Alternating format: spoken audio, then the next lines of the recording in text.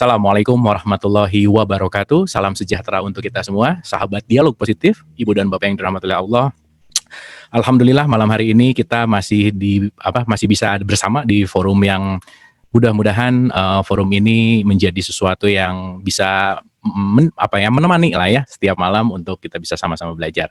Oke, malam hari ini recordingnya live di YouTube, jadi kita masuk nanti langsung ke YouTube gitu ya. Oke. Malam hari ini kita kedatangan Dr. Ryu Hasan. Saya akan menyapa dulu. Dok, sehat dok? Apa kabar? Boleh di-unmute? Oke. Gimana kabarnya dok? Sehat. Sehat ya? Baik saja. New normal oke ya dok ya? Ya, kan kita sudah menghadapi ribuan kali new normal. Ribuan kali new normal. Nih, openingnya aja udah asik nih. Kita sudah menghadapi ribuan new normal. So, Dr. Ryu Hasan, the stage is yours. Silakan, dok. Iya, selamat malam Mas Abu Marlo. Iya, selamat malam semuanya. Assalamualaikum warahmatullahi wabarakatuh. Waalaikumsalam. Salam sejahtera, Om Swastiastu, Namo Buddhaya, apalagi ya, pokoknya semua deh. Ya. Mimi putih pam, itu salamnya Minion. Okay.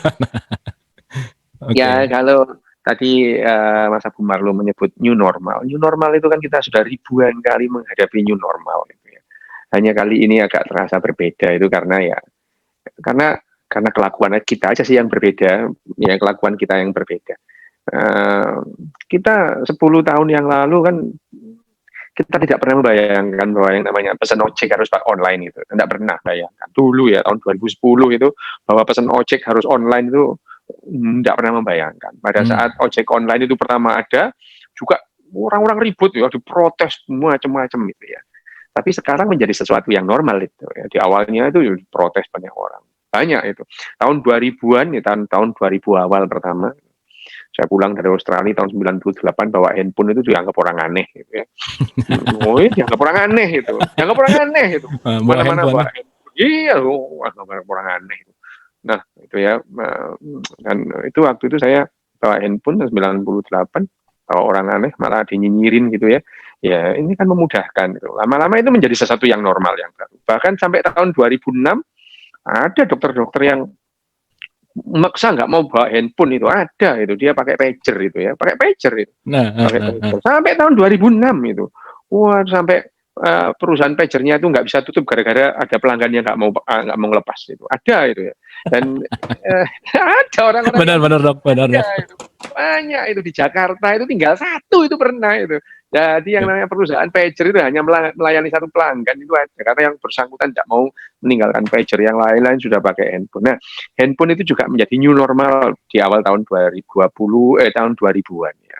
Jadi sebetulnya kita ini apa sih, ribut-ribut new normal itu? Kita itu memang gitu. Nah, ini sama dengan kaos saya ini. Ya, yang namanya common sense itu very uncommon gitu ya. Very uncommon, yes. Benar. Ya, common sense itu very uncommon gitu. Jadi yang namanya akal sehat itu betul-betul jarang gitu ya. Nah, akal sehat ya, uncommon. Common sense itu betul-betul uncommon. Karena ya itu tadi, karena memang otak kita ini lebih banyak mengandalkan emosi ketimbang rasional. Iya, memang betul. Senjata utama kehidupan ini ya, binatang terutama ya, kalau tumbuh-tumbuhan kan nggak punya otak ya.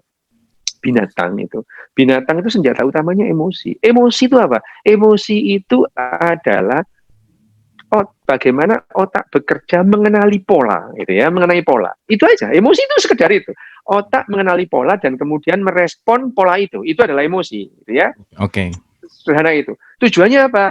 Tujuannya membuat atau memungkinkan individu itu hidup as long as possible. Ya, hidup selama yang memungkinkan. Jadi kalau ada misalkan kijang ketemu lihat singa atau lihat leopard atau lihat cheetah, dia langsung lari. Itu otaknya mengenali bahwa yang namanya ini adalah musuh itu ya. Lari aja itu ya, nggak pakai takut, lari aja itu ya. Takut itu belakangan. Jadi sebetulnya kalau Mas Abu Marlo misalkan ada anjing menggonggong terus lari, itu bukan karena takut, lari dulu terus takutnya muncul belakangan itu cara kerja otak seperti itu. Bukan karena takut terus kita lari itu, kita lari terus kemudian ada perasaan takut. Itu cara kerja otak itu. Nah, itu adalah emosi. Jadi memang akhirnya yang namanya emosi itu mendrive kehidupan manusia lebih dari 98%. Emosi, ya. Oke. Emosi itu emosi itu ya. Jadi emosi itu adalah bagaimana otak mengenali pola dan bagaimana terus kemudian otak itu merespon pola itu adalah emosi ya. Nah, rasionalitas tuh nggak penting-penting amat dalam kehidupan manusia. Kalau manusia itu rasional nggak bisa bahagia, nggak bisa bahagia. Oke. Ya, Lo kebahagiaan rasional nggak bisa bahagia gitu ya, Dok ya? nggak bisa bahagia, nggak bisa bahagia. Kesulitan. Sebetulnya yang orang salah satu kebahagiaan itu sesedikit mungkin orang rasional itu akan bahagia. Dibohongin, ketawa itu ya. Kalau dibohongin kan mikir kan, bener enggak orang ngomong-ngomong. Itu orang tidak kesulitan bahagia kalau kemudian setiap yang diomongkan orang terus dia melakukan konfirmasi, cari ya repot itu ya. Misalkan itu telepon pacarnya. Dan di mana itu? Di kantor, wah terus kemudian nggak percaya itu ya, rasional belum tentu, telepon kantor macam-macam, gimana mau bahagia orang kayak gini ya. Ya. Nah, rasional, tapi yang namanya rasionalitas itu penting kenapa? Penting karena manusia ini sekarang bukan hanya mengandalkan kecerdasan emosi, tapi harus mengandalkan kecerdasan sosial. Pada saat manusia itu terus kemudian beralih dari kebiasaan berburu mengumpul ya, pemburu pengumpul terus kemudian ke masyarakat pertanian. Nah, sudah mulai di situ kompleks ya. Kalau pemburu pengumpul mungkin satu gerombolan itu terdiri dari beberapa belas atau 20 orang, terdiri dari beberapa keluarga inti itu ya nggak perlu ya, rasionalitasnya itu sedikit-sedikit aja. Tapi makin kompleks kehidupan manusia, rasionalitas itu diperlukan, sehingga yang penting adalah bagaimana emosi kita itu tidak sering-sering membajak rasionalitas kita. Okay. Emosi kita sering dibajak oleh rasionalitas kita. Itu memang dalam hal-hal tertentu baik itu ya, memberikan keuntungan. Emosi itu tidak berdasarkan benar salah gitu ya. Emosi itu berdasarkan nyaman atau tidak. Dan pengetahuan manusia itu selama ribuan tahun itu tidak sumber pengetahuan manusia itu tidak bersumber pada informasi yang menjelaskan benar atau salah, atau informasi yang betul atau informasi yang salah, tapi informasi yang menenangkan atau tidak menenangkan. Gitu. Ya, ribuan tahun orang itu kalau tanya itu bukan ke guru fisika, guru matematika, dulu belum ada kok ya. Ya mereka tanyanya itu ya ke dukun, kepala suku, ahli nujum, ya pendeta, kiai. Ini orang-orang yang paling anti bilang nggak tahu. Sampai tanya apa aja ke kiai, dia punya jawab. Tahu semua ya, Dok ya? Tahu semua itu. Jawab terus itu loh ya. Bukan tahu semua, dia jawab terus itu. Jawab terus ya.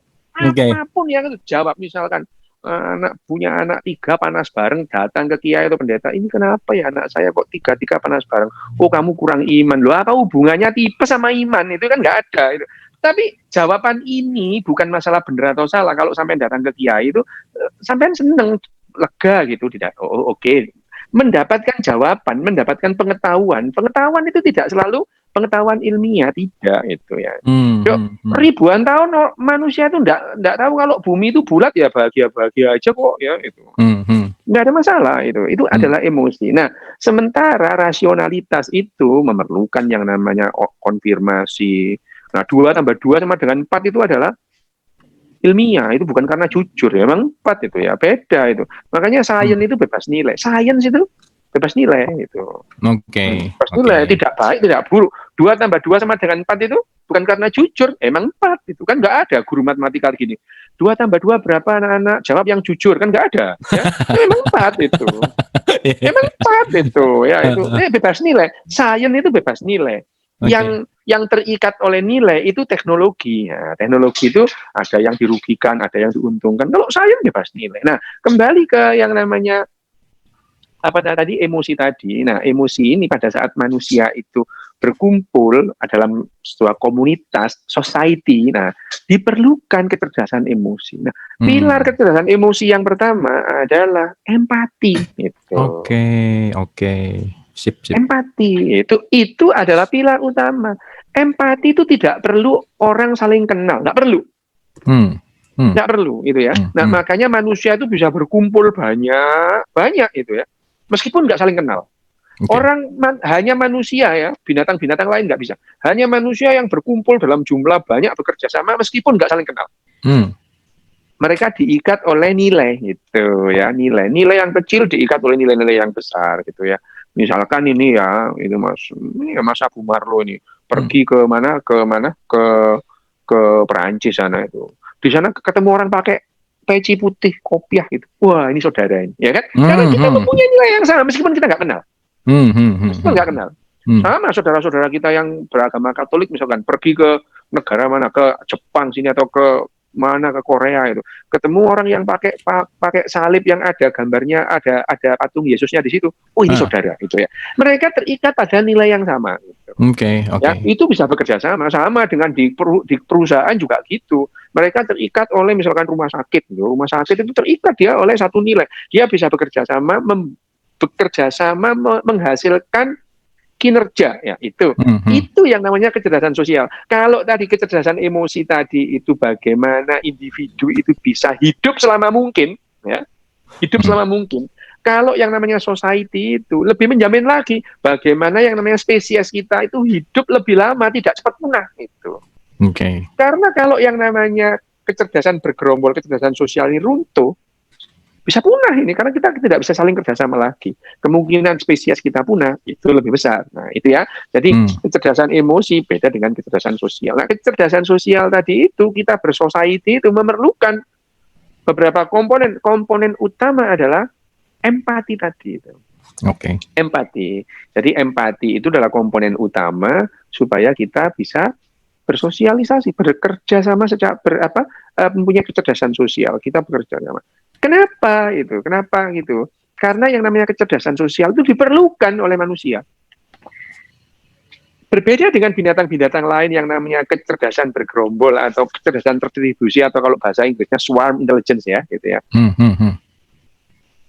Kehidupan ini pada dasarnya adalah mengandalkan swarm intelligence, Mas Marlo. Ya, mengandalkan sel kita ini cerdas karena bergerombol, gitu ya. Sel ginjal itu sendirian nggak bisa ngapa-ngapain dia bergerombol, beberapa sel membentuk jaringan ya. Ada yang namanya jaringan, misalkan dalam ginjal itu ada yang namanya glomerulus, ketemu kapsula Bowman gini ya.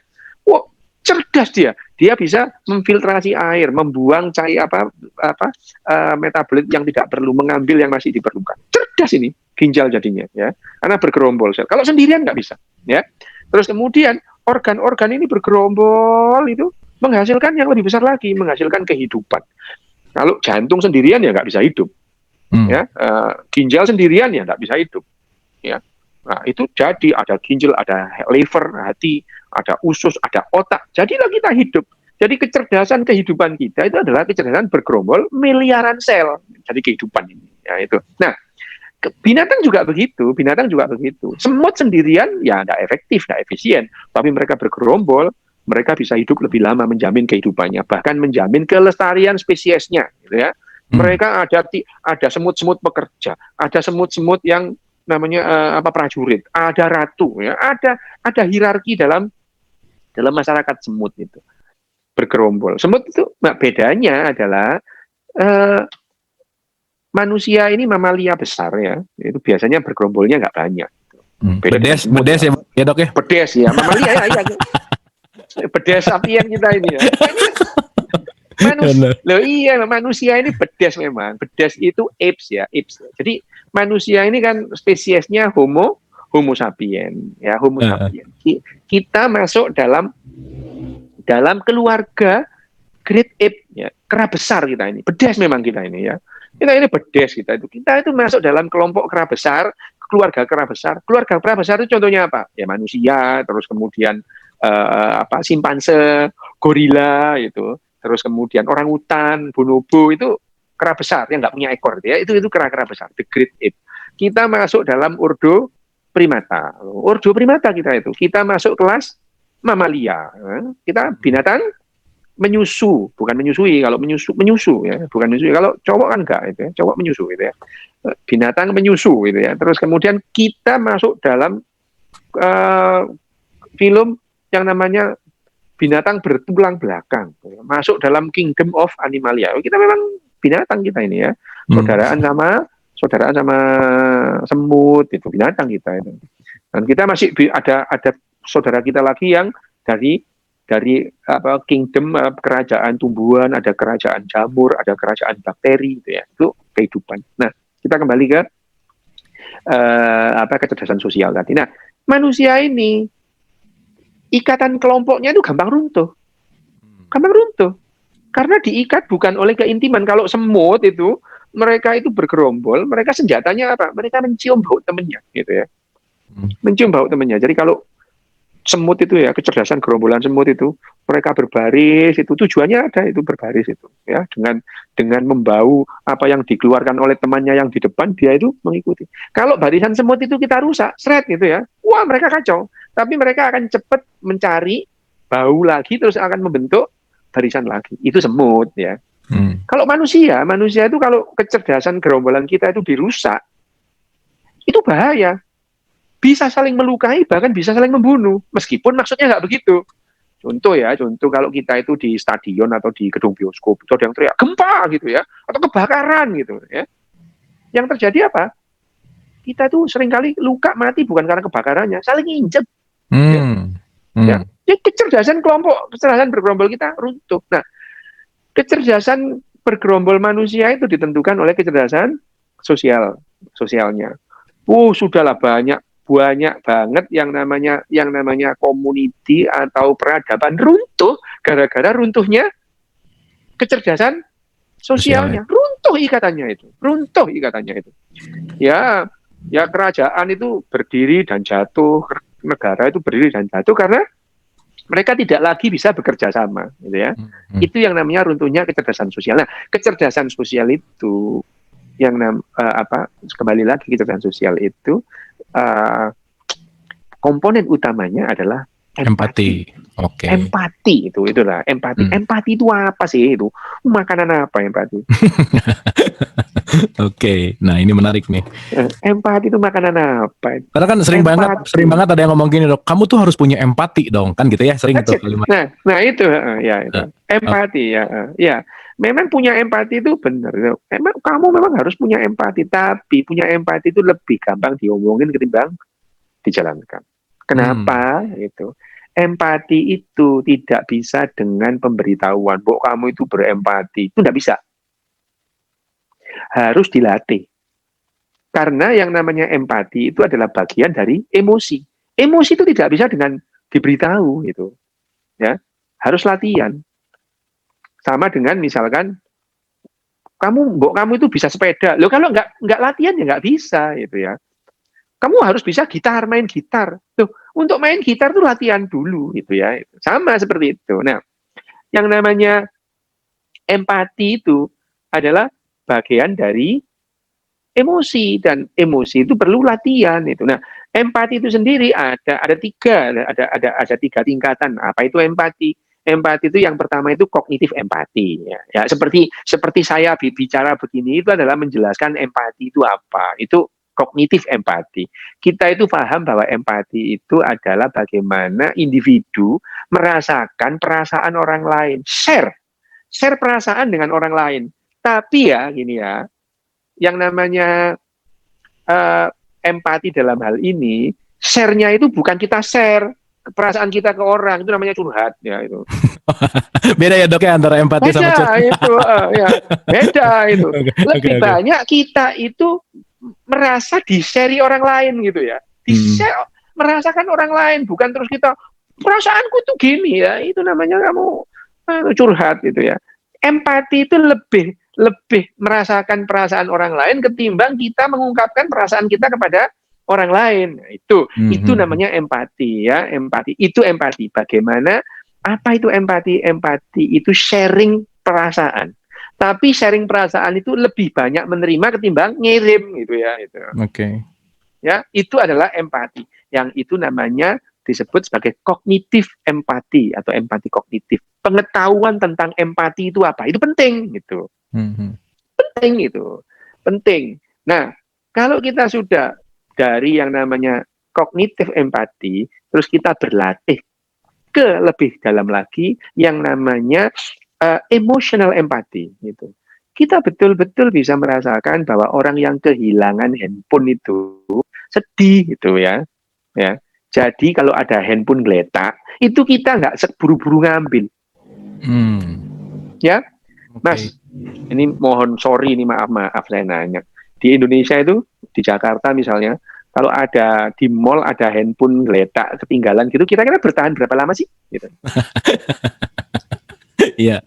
Gitu. Yeah. Nah, itu ada di negara-negara yang handphone ketinggalan 24 jam ya nggak ada yang ngambil. Karena apa? Dilatih sejak awal itu bahwa yang namanya kita kehilangan handphone, kehilangan barang itu kita sedih ya. Nah, itu sedih itu. Jadi itu ditekankan. Mulai kapan? Sejak kecil ya. Sejak kecil, sejak bayi, sejak anak-anak diberitahukan ada handphone ini nanti yang punya akan ngambil, dia lupa itu ketinggalan. Udah. Jadi kalau ada handphone di taman atau di warnet atau di mana, udah dibiarin itu, atau di ruang ganti dibiarin karena nanti yang punya akan ngambil itu. Kalau lebih dari 24 jam tugasnya polisi gitu ya.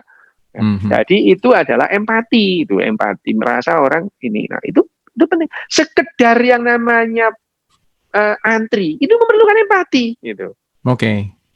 Antri, kecerdasan sosial. Antri itu memerlukan empati. Gak percaya?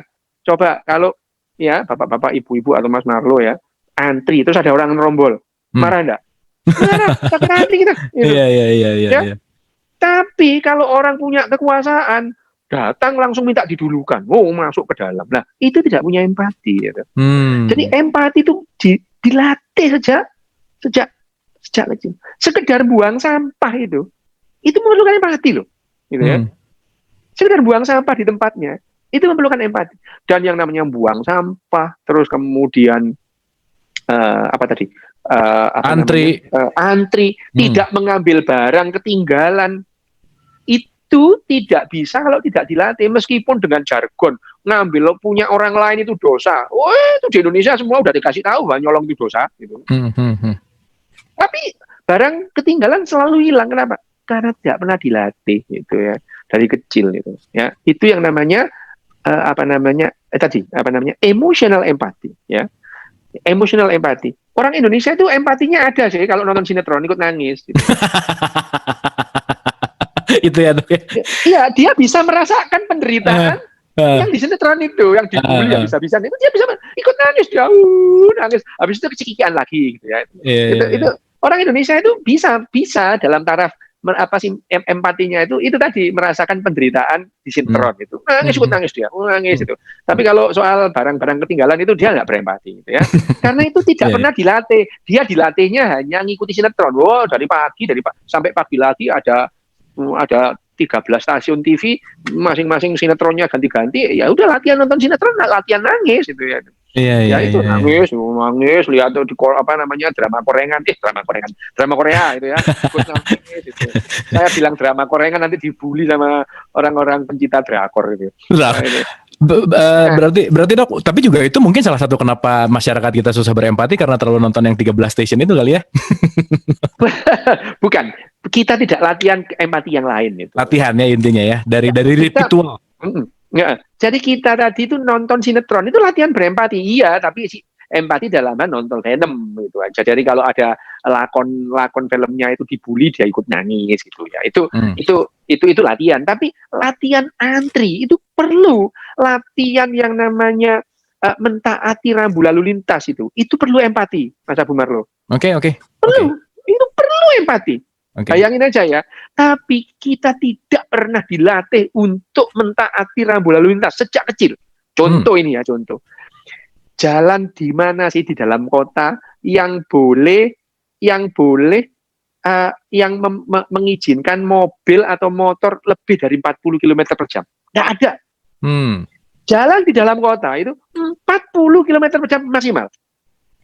Nggak bisa gitu.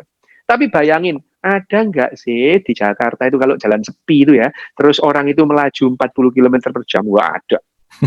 Was. Dan bangga gitu ya, bangga. Kalau ada ibu sama bapaknya nyetir itu ya, ngebut, ibunya tepuk tangan, hebat ya bapak ya. Nah, gimana coba gitu. Jadi anaknya sejak kecil dilatih untuk melanggar aturan lalu lintas. Ya, di mana sih jalan tol di Indonesia itu yang mengizinkan mobil jalan di atas 100 km per jam? Nggak ada. Nggak ada. Tol dalam kota Jakarta itu 80 km per jam. Yang ke bandara juga maksimal 80 km per jam. Tol di seluruh Indonesia maksimal adalah 100 km per jam. Loh, gitu ya kalau aku enak sekarang dari Solo ke Surabaya 3 jam. Loh, bangga gitu ya. Melanggar sesuatu itu bangga. Jadi kita itu memang sejak kecil dilatih untuk tidak punya empati terhadap hal-hal yang begitu. Gitu. Nah, coba mulai tahun 60-an saya masuk Jakarta itu ya, jargon bahwa yang namanya membuang sampah itu mengakibatkan banjir. Itu di Jakarta sejak tahun 60 saya udah lihat itu tulisan-tulisan seperti itu. Tapi semua orang tidak membuang sampah pada tempatnya. Kenapa? Nggak dilatih gitu. Empatinya itu tidak dilatih. Memang ada sih Mas Marlo ya. Orang yang tidak bisa dilatih empati kalau nggak punya bakat itu. Memang ada. Ekstrim itu ya. Ekstrim nggak punya empati yang namanya orang psikopat itu nggak bisa itu. Itu nggak bisa. Itu nggak bisa. Ekstrim itu ya. Oh gitu ya Dok ya? Ada yang bakat tidak berempati memang ada juga? Ada orang yang bakat empatinya gede banget ya. Bakat altruis banget. Ada yang bakatnya itu psikopat ya. Ini adalah dua kutub yang sangat berlawanan ini. Tapi pada umumnya bedes-bedes sapien itu ada di tengah, ya. Iya. Ada yang di tengah, ada yang latihannya itu perlu berat, ada yang latihannya sedikit aja. Seperti gini loh Mas, kalau ada orang yang bakat gitar itu ya, nggak pernah latihan gitar, kapan gitarannya? Nggak bisa kan gitu. Sebaliknya orang yang nggak bakat sama sekali, meskipun diberi gitarnya Yngwie Malmsteen ya nggak bisa gitaran ya. Nah itu, tapi pada umumnya orang itu ada di tengah gitu ya. Bakatnya itu ada itu. Nah sama empati itu juga gitu, makanya empati itu perlu dilatih. Latihnya dengan apa? Ya itu tadi dengan sistem ya, dengan sistem itu baru di atas itu. Nah latihannya dari sejak kecil ya. Nih ya, jangan bapaknya itu tidak usah rombol masuk ke dalam jalur busway itu memerlukan itu. Tidak, kalau lampunya merah ya berhenti, lampu hijau itu baru jalan. Karena pada saat lampu merah itu adalah haknya orang yang punya lampu hijau di sana untuk jalan. Itu bukan hak kita jalan ya. Kalau bapaknya dengan bangga seret masuk itu, bapak kok lampu merah kok masuk? Tidak ada yang berani nangkep bapak. Lah ya bangga gitu ya gitu. Ya. By the way Dok, si empati tadi itu berkaitan sama toleransi nggak sebenarnya Dok? Toleransi adalah salah satu bentuk yang memerlukan empati, gitu ya. Okay. Nah, toleransi itu ada pengetahuan lain yang dipahami. Toleransi itu harus kita paham mana yang namanya private area, mana yang namanya public area, mana yang urusan privat, mana yang urusan publik. Masalah antri itu urusan publik ya. Masalah buang sampah itu urusan publik. Tapi masalah berdoa, masalah sholat, masalah agama itu adalah private. Ya, betapa tidak cerdasnya kita itu ya. Trespassing, entering private area without any permission. Ya, dan itu yang membuat kita tidak punya empati. Dari kecil kita dibiasakan trespass, masuk wilayahnya orang tanpa permisi gitu. Masuk wilayah privat itu harusnya minta izin gitu ya. Habis itu judgement lagi ya, menghakimi lagi ya. Nah itu dia. Ya, itu dia. Ya. Maaf sekedar mengingatkan mbahmu ya gitu. Sekedar mengingatkan padahal maksa ya Dok ya. Iya itu tidak bisa itu ya. Tidak bisa membedakan mana yang private, mana yang public itu. Ya. Yang namanya antri buang sampah itu adalah wilayah publik. Tapi yang namanya kepercayaan, urusan-urusan pribadi itu adalah tidak boleh orang masuk. Misalkan itu kan tidak enak misalkan, kamu sama istrimu hubungan berapa kali sehari? Loh itu private itu, ya. Gitu. Berarti ini tadi ada yang pop up juga Dok, sekalian ada di ranah ini kita lagi boleh. Ini nih. Jadi antara agama sama empati itu hubungannya gimana kira-kira Dok? Ya kalau kita itu bisa berempati, orang itu akan beragama secara sehat. Ya, kalau tidak dilatih empati, agamanya ya nggak sehat. Contoh ya Mas Abu ya, misalkan saya tidak minum teh. Kenapa? Karena keyakinan saya melarang saya minum teh. Loh ya terserah, nggak apa-apa. Tapi gini, Mas Abu, sampean jangan minum teh. Kenapa? Karena keyakinan saya melarang minum teh. Lah ini palsu namanya. Ya. Saya yang yakin kok orang lainnya nggak boleh. Gila ya itu. Nggak waras ini itu. Ya. Iya. Alright. Kalau misalkan saya itu tidak minum kopi gara-gara keyakinan saya, ya terserah. Tapi saya tidak berhak apapun terhadap orang lain yang minum kopi gitu. Ya.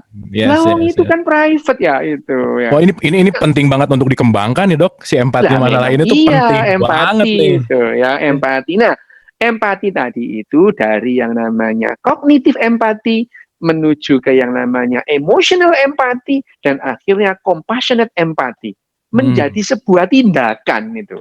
Empati itu tindakan. Misalnya gini ya, ada saudara teman tetangga kita yang misalnya keluarganya meninggal ya, atau suaminya meninggal atau istrinya meninggal. Sedih dong ya itu.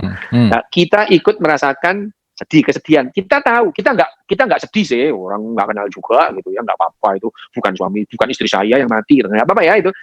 Tapi kita merasakan kesedihan dan compassionate empati kita itu misalkan kita menjamin juga ikut terus kemudian bilang ke anak-anak keluarga kita, itu bantu di sana, nanti kan banyak tamu, disiapin dong makanannya. Itu adalah compassionate empati gitu ya. Sekedar tidak usil perkara agamanya orang lain, itu sudah empati gitu. Nah, ini harus dikuat nih, sekedar tidak usil gitu ya, jangan usil. Iya. Oke. Ini kita itu sering bingung antara yang namanya peduli sama usil itu beda itu. Karena dari kecil nggak dilatih itu. Misalkan Mas Abu itu udah makan belum? Ayo makan yuk. Kira-kira itu peduli apa usil? Peduli. Tapi kalau saya ngurusi urusan pribadi Mas Abu, kira-kira itu usil apa peduli? Ya usil. Jangan makan ini gitu karena keyakinan tadi itu. Nah, terus saya nanya, keyakinan itu pribadi apa privat? Privat. Nah, terus berarti kalau saya ingat gini nih, Mas Abu, udah sholat apa belum? Itu usil apa peduli? Loh, ketawa. Loh ya, itu. Udah dijawab sendiri, nanti kalau saya yang jawab marah. Nah, itu usil banget ya. Nah, iya, orang keyakinan kok gitu ya. Iya. Gitu ya. Tapi orang tua sering kayak gitu loh, Dok. Lah iya itu masalahnya, orang kita yang ngajarin kita usil gitu. Jadi yang salah orang tua ya, Dok ya. Iya itu. Anak itu dilatih orang tua. Anak itu belajar dengan meniru gitu ya itu. Meniru. Nah, ya orang tua itu tidak hanya mengatakan kamu jangan usil, tapi dia usilnya setengah mati gimana itu ya.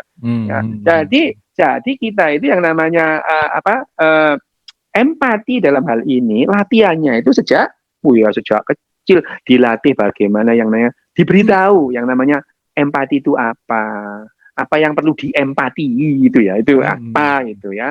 Itu adalah kognitif empati ya. Terus kemudian ada yang namanya emotional empati, itu kita dilatih memang gitu. Latihnya gimana tadi? Ya itu tadi itu. Lampu merah jangan berhenti. Kalau ada nanya, "Kok ini kosong?" Tetap enggak boleh. Ini bukan hak kita berjalan. Ya, gitu. Latihannya gitu. Buang sampah. Kenapa sih enggak buang? Kamu kalau buang sampah merugikan banyak orang nanti, bisa banjir, bisa ini, orang lain rugi. Itu adalah latihan untuk mendapatkan yang namanya emotional empathy. Nah, yang namanya compassionate empathy itu tadi actionnya itu adalah compassionate empathy, bahwa kita misalkan membantu tetangga kita yang sedang keseripan ya,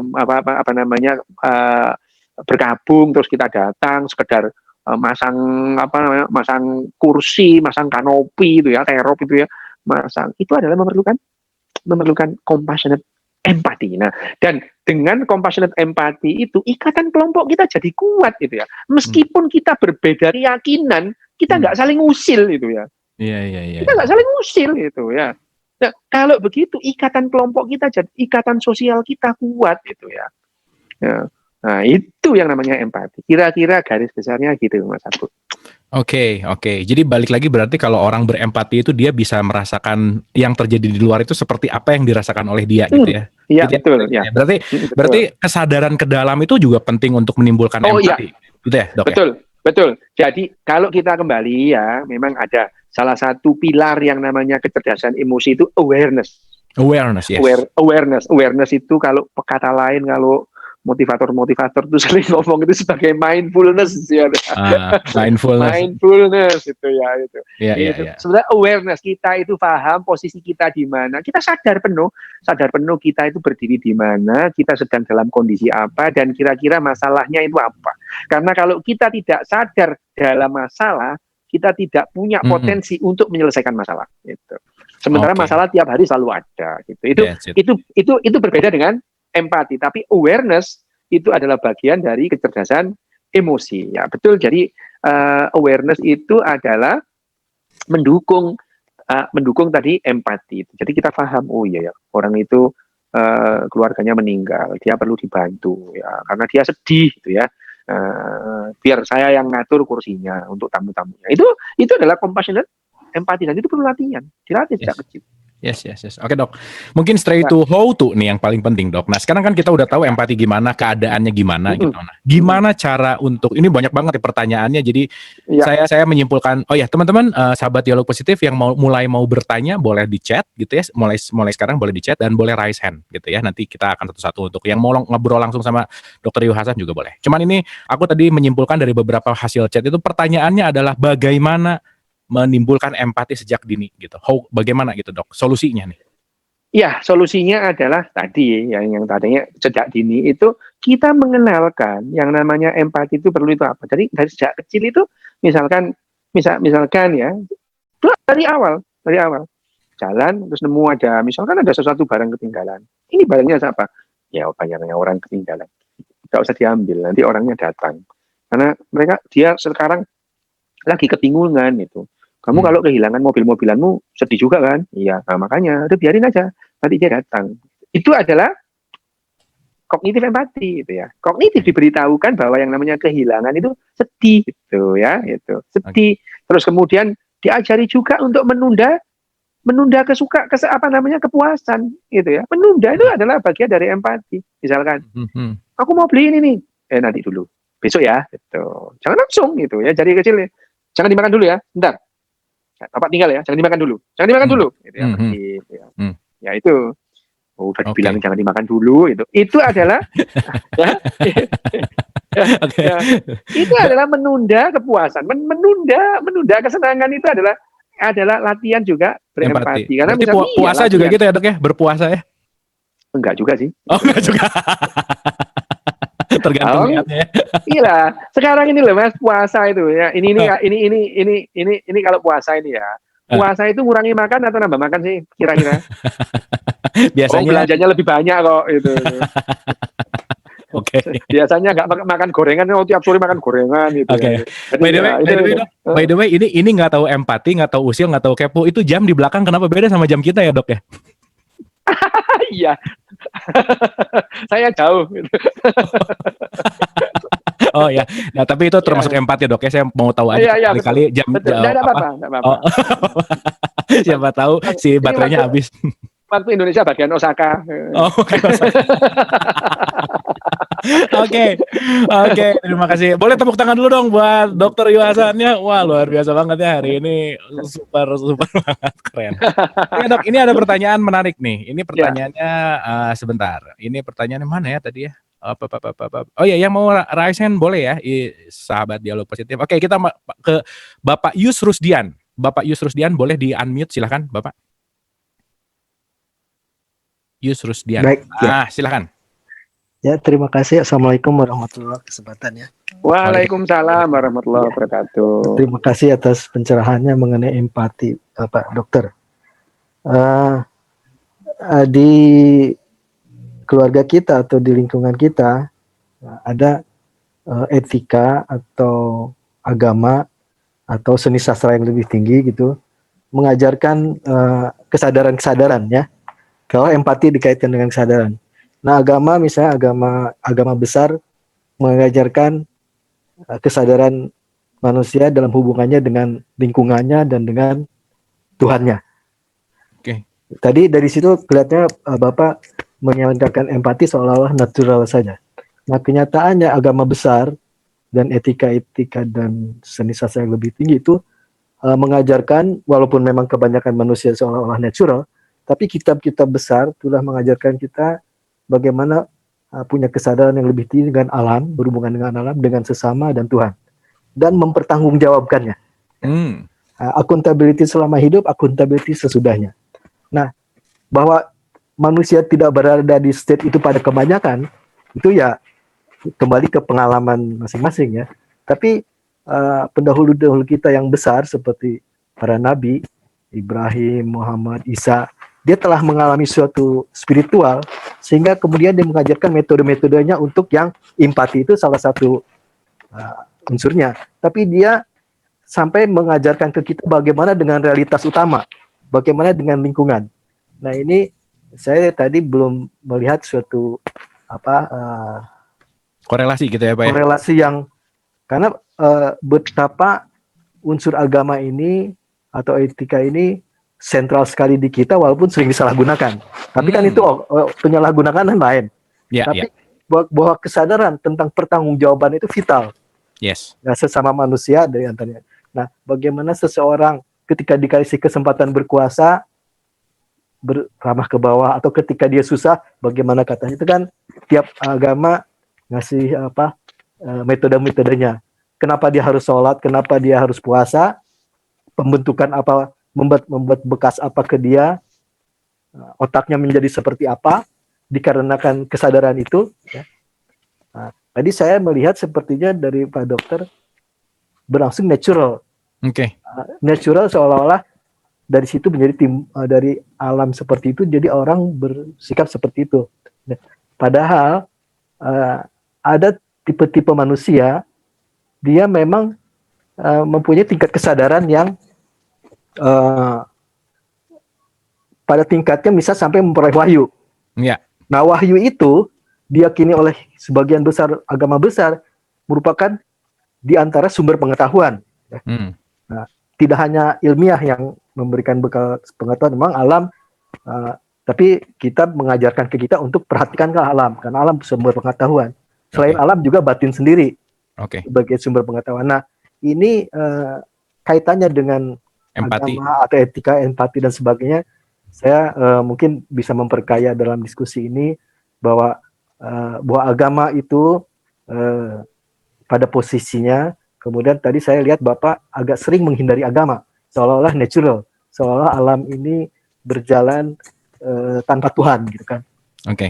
Tak tersebut sedikit pun realitas utama, di mana kalau di agama kita tuh kita memang merdeka, sangat merdeka, tetapi tergantung pada, gitu kan. Jadi kontradiksi memang. Nah, kalau ilmiah selalu menghindari kontradiksi, kalau agama justru merekonsiliasikan kontradiksi. Nyawa tidak boleh dihilangkan, tapi ketika nyawa dihilangkan, itu ada justifikasinya. Jadi dalam etika, dalam agama, vitalnya itu di pembenaran. Halal haram bisa bolak-balik. Tapi pembenarannya apa? Nah, kalau di Bapak kelihatannya terkesan natural, menghindari kontradiksi. Kalau kontradiksi, susah akhirnya. Kalau sains nggak boleh menghadapi, karena sains itu pakemnya nggak boleh kontradiksi. Akhirnya ada kamar biologi, kamar fisika yang di dalamnya nggak boleh kontradiksi. Tapi begitu terbang ke kesadaran, nah ini udah di luar kamarnya, dia akan kerepotan sendiri. Makanya fisiologi aja nggak sanggup, dia hanya sanggup menilai simbol dan emosi saja. Nah, fisiologi nggak berani sanggup masuk ke wilayah lain, dia berada di emosi dan simbol. Termasuk dia nggak berani menilai seni, agama dan etika nggak berani dinilai oleh fisiologi.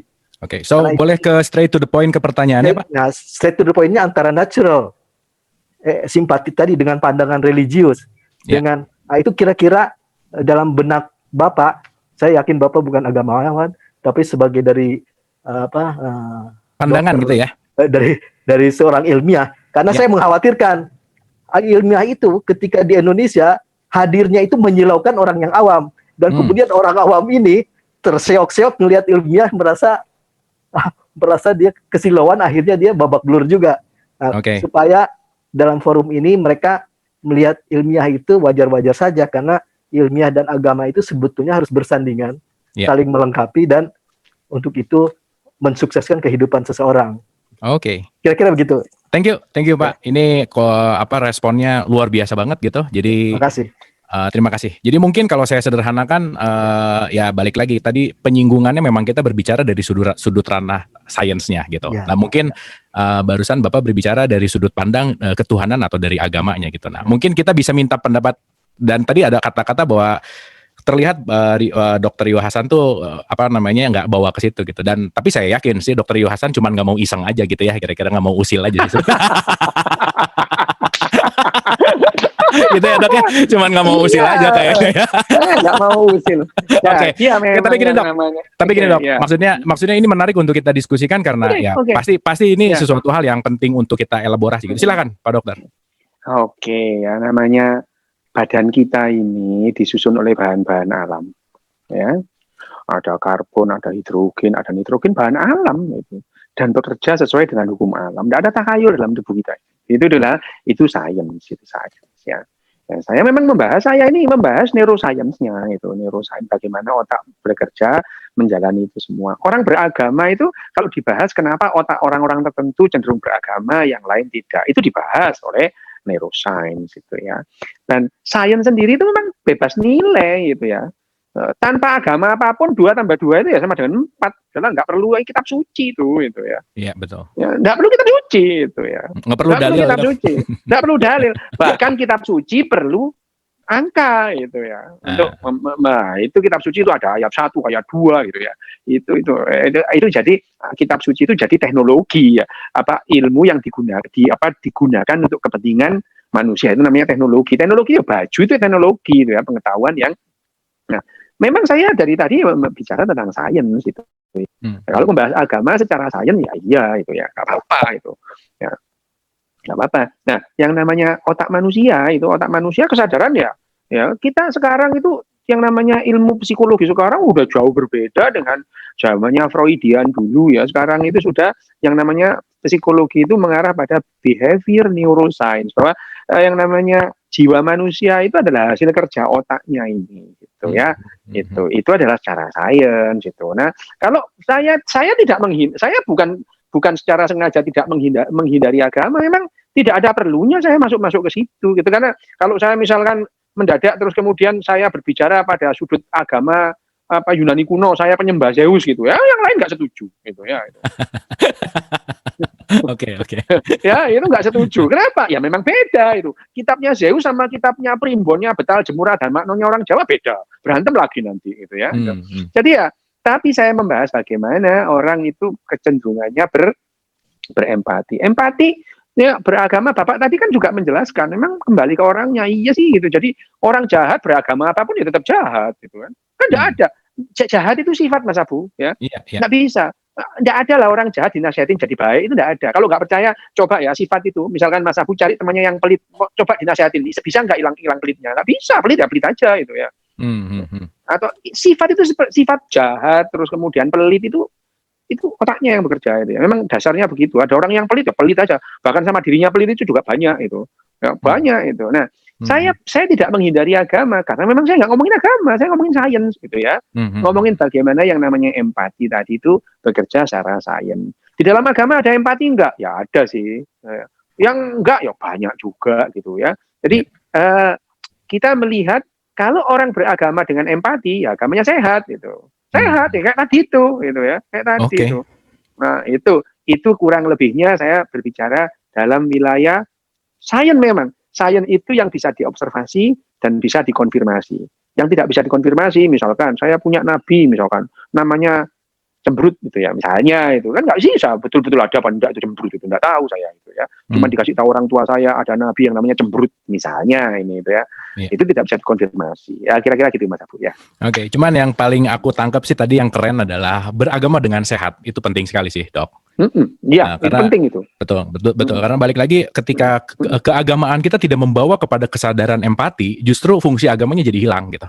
Justru fungsi. Enggak juga sih Mas, enggak juga. Gimana? Enggak juga. Ya, agama itu kan tujuannya bukan hanya untuk berempati, untuk mengikat politik ada itu. Nah, maksud aku gini, maksud aku ketika beragama tidak lebih bisa mengenal ke dalam gitu, maksud aku lebih kan empati kan salah satu gitu loh. Itu kan bahwa cara untuk mengenal ke dalam, cara untuk knowing, misalkan tadi di awal bicara bahwa empati adalah ketika dia sudah mulai merasakan di dalam dirinya gitu. Maka ketika dia berempati, nggak mau orang lain yang saya rasain nggak enak jadi nggak enak ke orang lain gitulah kira-kira. Ya, betul.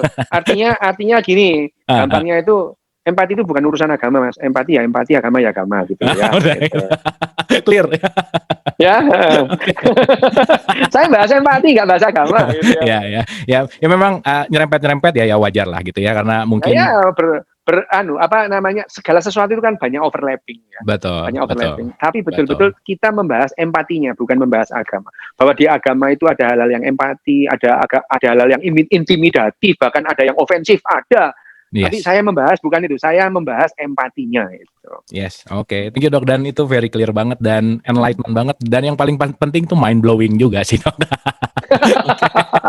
Itu cool banget. Mantap Dok, mantap. Oke. Masih ada yang mau tanya langsung ke Dr. Yu Hasan atau pertanyaan lewat chat juga oke. Seputar empati dan apa yang kita bicarakan seru banget ya malam hari ini kita. Asiknya diskusi itu saling memberikan wawasan dan saling terbuka tuh ya, asik itu menambah. Iya, betul. Lebih ke situ gitu. Oke, ini tapi agak berkaitan juga sih Dok, tapi mungkin ini ada habitual sedikit sih ya, ini dikit lagi lah, ini mungkin karena ada pertanyaan masuk dan perlu untuk direspon. Oke, gini. Boleh Mas. Private nggak mau disebutin gitu ya, private. Assalamualaikum, Mas Abu mau titip pertanyaan, bagaimana menanamkan empati dalam mendidik kedisiplinan beribadah sejak kecil kepada anak? Nah ini ngasih empati beribadah kepada anak ya, balik lagi karena tadi kita menyinggung misalnya tadi sholat gitu ya, udah sholat atau belum dan seterusnya. Bukankah usia anak-anak masih selalu diingatkan untuk disiplin, termasuk sholat untuk yang muslim? Apakah termasuk kategori mengurusi privasi orang lain? Nah ini menarik sih pertanyaannya, boleh ditanggapi Dok? Dari sudut pandang empatinya aja. Iya, itu ya. Iya itu. Privat itu adalah privat ya. Privat adalah privat. Private is private. Adalah hal yang pribadi. Kalau kita tidak mau disinggung keyakinan kita, ya jangan nyinggung keyakinan orang lain. Gitu. Bagaimanapun juga anak itu adalah individu lain. Gitu. Individu lain. Nah ini ada sesuatu yang itu tadi.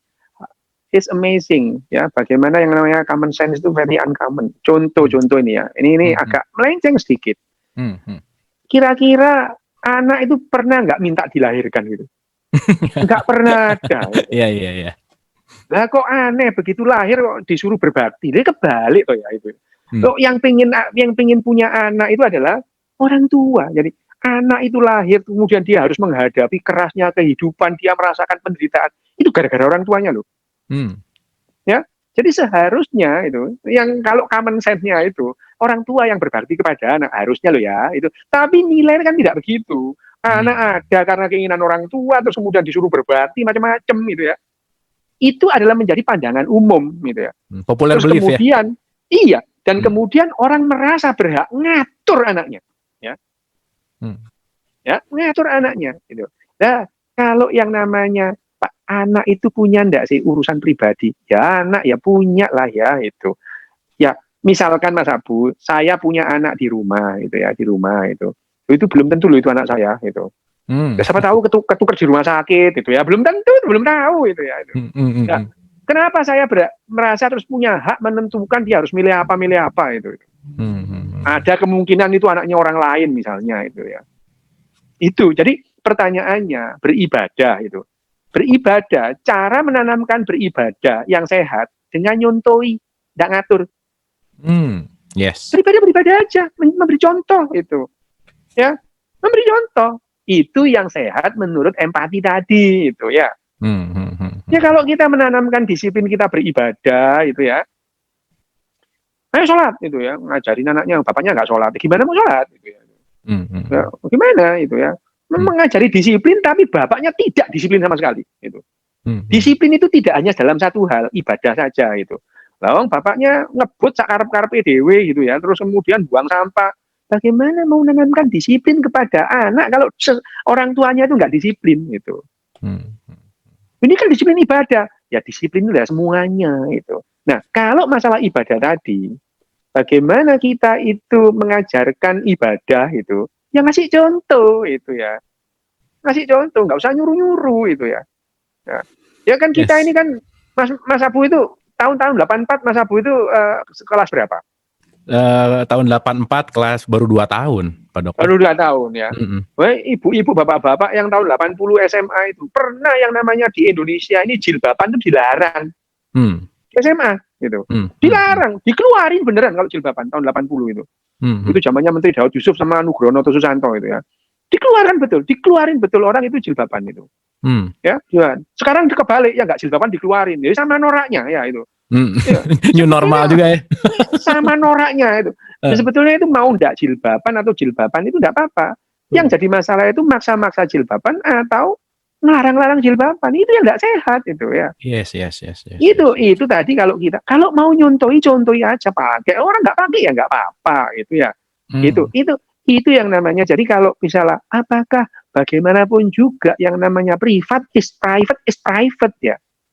Tidak bisa dibedakan itu anak sendiri atau anak orang lain. Private is private. Ya.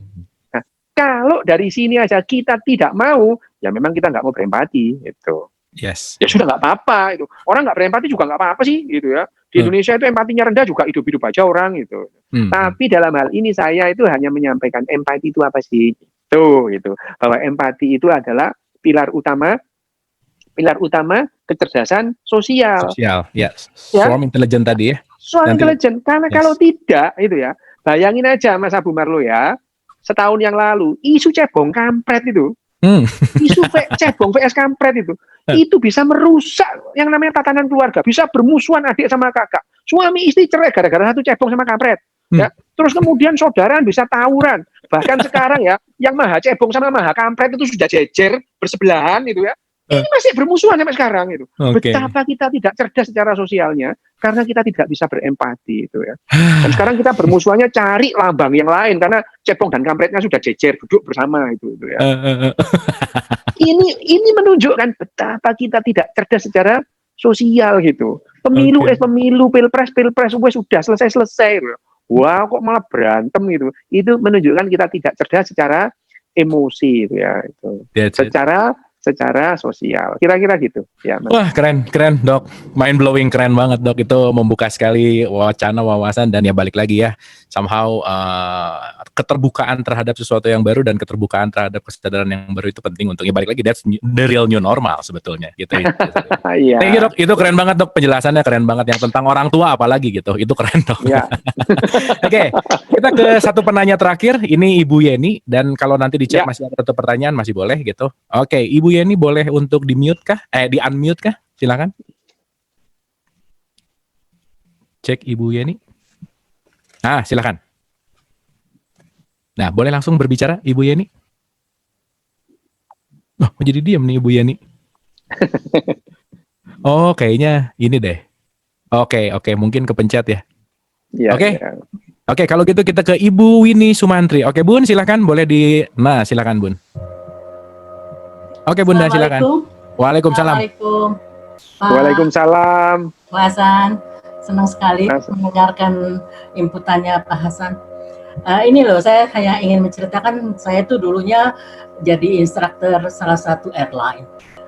Kerjaan saya salah satunya adalah mengingatkan mereka untuk berempati pada pekerjaannya. Karena dalam bekerja mereka harus betul-betul melihat empati dan betul-betul merasakan apa itu empati dan langsung dipraktekkan gitu loh Dok. Dan itu memang agak sulit. Kalau dokter tadi mengatakan bahwa itu memang sudah harus dididik dari kecil, itu benar sekali gitu. Jadi saya merasakan ini betul-betul sangat berguna untuk orang-orang yang bekerja memberikan layanan. Itu aja Dok.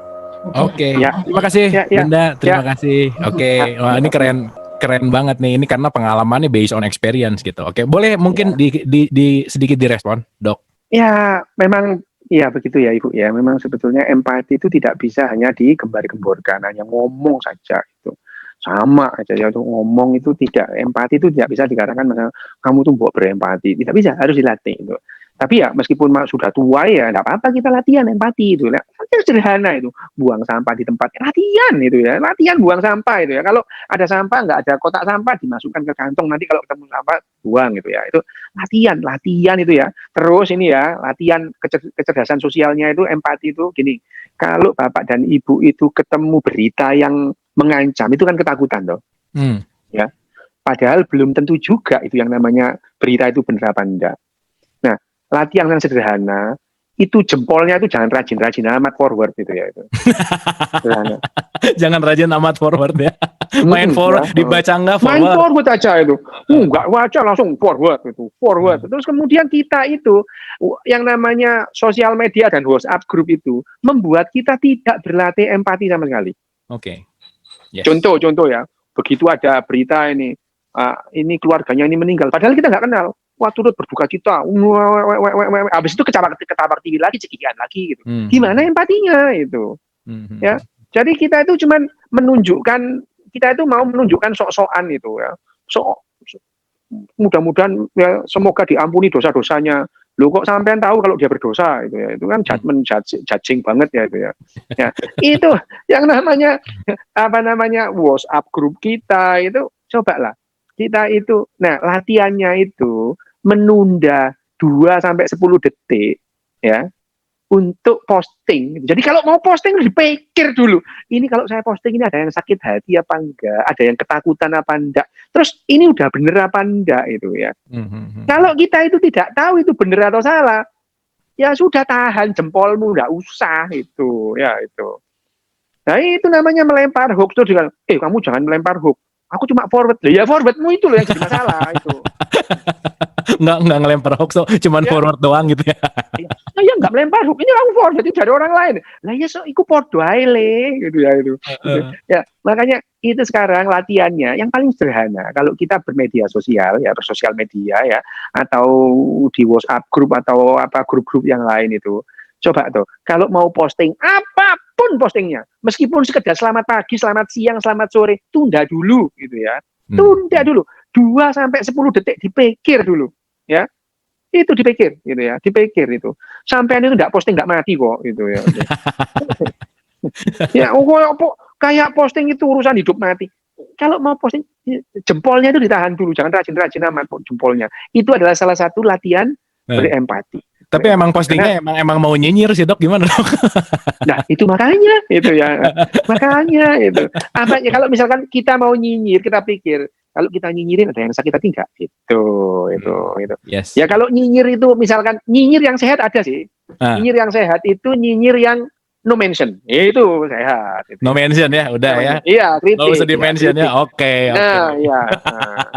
Nyinyir yang sehat ada, no mention. No mention. Alright, Dok, luar biasa. Boleh tepuk tangan dulu dong buat Dr. Rio Hasan, keren banget nih malam hari ini tuh berwarna banget nih, beda banget dari episode-episode sebelumnya. Asik. Oke Dok, final statement. Silakan beberapa kata penutup. Final statement. Ya. Dalam bersosial tetap kita memerlukan yang namanya kecerdasan sosial. Dalam kecerdasan sosial kita perlu kecerdasan emosional. Kecerdasan emosional dan kecerdasan sosial tidak bisa hanya dengan jargon atau dengan kognitif. Itu memerlukan latihan. Jadi kita perlu paham bahwa kita perlu latihan mencerdaskan sosial kita, mencerdaskan emosi kita, supaya kita itu sebagai society, as human society, kita kuat dan kita itu hidup dalam kondisi yang lebih nyaman daripada usil gitu ya Mas ya. Terima kasih. Luar biasa. Terima kasih Dr. Rio Hasan.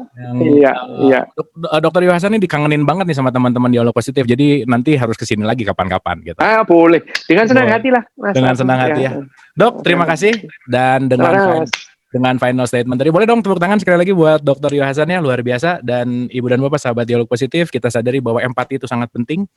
Empati sangat penting, bisa dilakukan bukan hanya mengucapkan tapi memberikan contoh. So start with self gitu ya. Intinya mari kita lakukan tidak lebih banyak berbicara tapi lebih banyak berbuat, karena vibrasi perbuatan itu yang akan merubah. Nah, kembali seperti quotes-quotes yang pernah lama saya ucapkan, dan mungkin ini penutup quotes-nya adalah sederhana sekali, bahwa kita datang ke semesta ini sebagai pembelajar gitu. Kalau kita mau berbicara bahwa Tuhan adalah gurunya dan manusia itu adalah muridnya.